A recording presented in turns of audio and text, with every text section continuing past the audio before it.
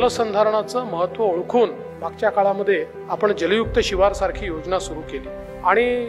मला अतिशय आनंद आहे की जलयुक्त शिवार 1 ही जो आपला पहिला टप्पा होता ज्यामध्ये 22,000 गावांपर्यंत आपण गेलो आणि खूप मोठ्या प्रमाणात लोकांनी त्याच्यामध्ये काम केलं। मग गाळमुक्त धरण गाळयुक्त शिवार असेल किंवा वेगवेगळ्या उपचार पद्धती असतील, सीसीटी असेल, डीप सीसीटी असेल, साखळी बंधारे असतील, वेगवेगळ्या प्रकारच्या सगळ्या उपचार पद्धती या